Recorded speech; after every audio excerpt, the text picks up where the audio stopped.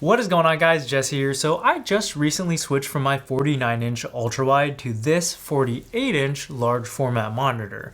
And if you guys have seen any of my other videos on the subject, you'll know that I love that 49-inch with that 32:9 aspect ratio because it basically gave you all of the benefits of having two monitors side by side, but took away that bezel in the middle and gave you the flexibility to use it as a single monitor for a more immersive experience, especially for games that supported it. But even though overall I loved it and it had a bunch of benefits, it also had a couple of downsides as well, mainly being that most content wasn't really made for that unique aspect ratio, and you ended up having to deal with black bars most of the time. So over the past couple of years, I've been kind of content with the drawbacks of the super ultra wide form factor because of all the benefits that it gave me, and I just kept using it, but secretly just kind of keeping my eye out on the horizon, seeing if there were any other better options available. And recently, these large format monitors have been getting more and more popular, with manufacturers coming out with better and better options. Like 48-inch TVs have existed for a long time, but there's just a lot of quirks with using a TV as your monitor. But now we're starting to see manufacturers come out with 48-inch displays that are truly monitors with monitor features.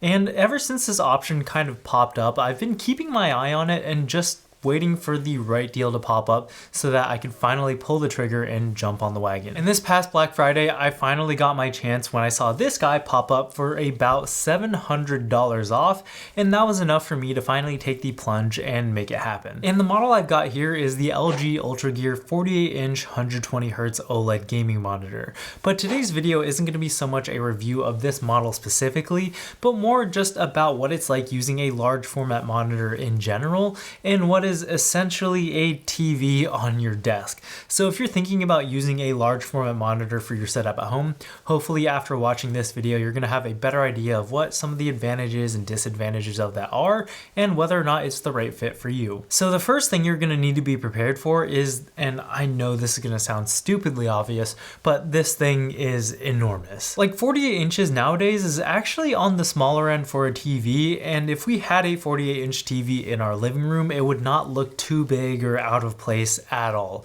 So I think a lot of us will underestimate just how big this thing is when you put it on a normal sized desk. Like, I would already consider my desk pretty large at 72 by 30 inches, not including the chase. But even this starts to feel a little bit cramped once you put a 48-inch monitor on it. So definitely make sure to look up the dimensions of the monitor that you want to get and make sure that you have enough space for it. And don't forget to include the size of the stand as well. I actually put this on my monitor arm with a VESA adapter, which kind of leads me to my next pretty obvious warning, which is that this is also pretty heavy. The monitor arm that I'm using is the Ergotron HX, which is a pretty heavy duty monitor arm, but there is absolutely no chance that it could support the whole weight of this monitor. I just kind of have it resting on my desk shelf, which probably isn't the best for the monitor, but I think it's okay because the monitor arm definitely is sharing some of the load here. And I also do prefer having a monitor arm because it gives it a much cleaner look. But that's enough about the setup. What is it actually like to use? And well, I think it's pretty interesting because there's definitely a lot of benefits that comes with having so much screen real estate, but there's also some stuff that needs some getting used to and adjusting to. And I think the biggest thing that I'm kind of on the fence about with this new form factor is going to be the amount of eye strain that this thing induces. Like, sitting this close to a 48-inch display does make it cover a very large percentage of your field of view. And kind of as a consequence of that, you're going to need to actually turn your head to view the edges of the display, which that part I actually wasn't too bothered about, but having this much screen does cause a lot of eye fatigue. And I don't really know the science behind why it happens, but I definitely feel myself needing to take breaks much more often than usual. But one thing that has helped me out a lot with this though is getting an under desk keyboard tray. And apart from just cleaning up the surface of my desk a little bit, it allows me to get about 1.5 feet further than I otherwise would be able to. And I know it doesn't sound like a lot, but that additional 1.5 feet has made my experience using this monitor like 1,000 times better. I don't have to turn my head as much, and the eye strain has been greatly reduced. But I know what you guys are really wondering is, once you get everything set up, am I seeing any benefits from this new form factor? And the answer to that is without a doubt, Yes. Like, you basically get all the benefits of the super ultra wide, but pretty much times two. One of the major benefits of 32:9 is that it's the equivalent of having two monitors side by side, but with no bezel in between.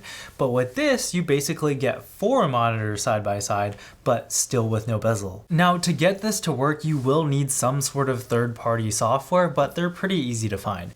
I'm mostly on Mac nowadays, and I found that the app Magnet fills my needs pretty well. All I have to do is drag my window into the corner or the edge of the screen, and it'll resize the window automatically to the correct size. And if you feel like using this whole monitor is too much sometimes, which it definitely can be, you can also just switch it into ultra-wide mode, where it'll turn off the pixels on the top and bottom to effectively give you a 32:9 or 21:9 aspect ratio. Now, obviously, if you do this, you're going to lose some screen real estate on the top and bottom, but I'm glad to see that option is there for those who want it. And the other great thing is that since this is OLED, those pixels that are off on the top and bottom are actually completely off, and you're not going to get those glowing black bars that LCDs are plagued with. And I know I said I wasn't going to have this be a review of this monitor specifically, but I think most large format monitors, at least the popular ones out right now, are all OLED, so you're gonna see the same benefits there as well. But I think the thing that this does a lot better than the ultra-wide is just using this as a single monitor for a single piece of immersive content.